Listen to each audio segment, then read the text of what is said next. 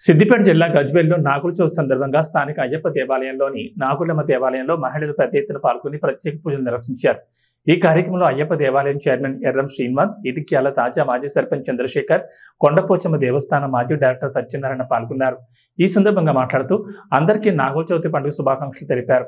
అయ్యప్ప దేవాలయంలో నవనాగుల మానసాదేవి ఆలయంలో నాగుల చవితి సందర్భంగా పెద్ద ఎత్తున భక్తులు పాల్గొన్నారని, కోరిన కోరికలు తీర్చే కొంగు బంగారంగా అయ్యప్ప స్వామి దేవాలయం విరాజిల్లుతుందని అన్నారు.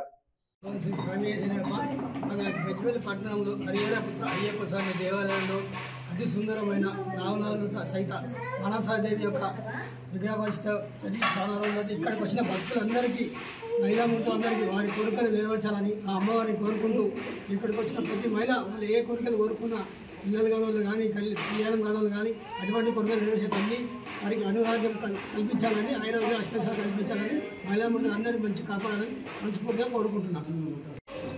గజ్వేల్ హరిహరపుత్ర అయ్యప్ప స్వామి సన్నిధిలో నాగుల పంచమి సందర్భంగా మానసాదేవి పూజలో పాల్గొనడం జరుగుతుంది.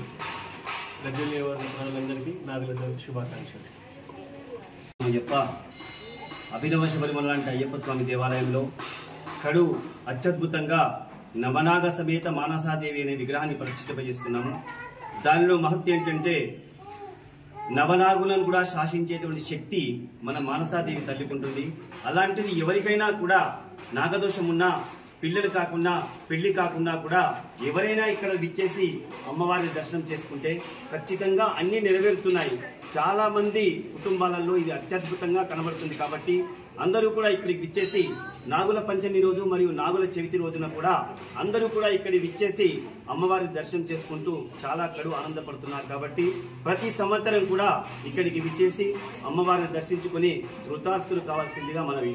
స్వామి శరణం, స్వామి శరణం.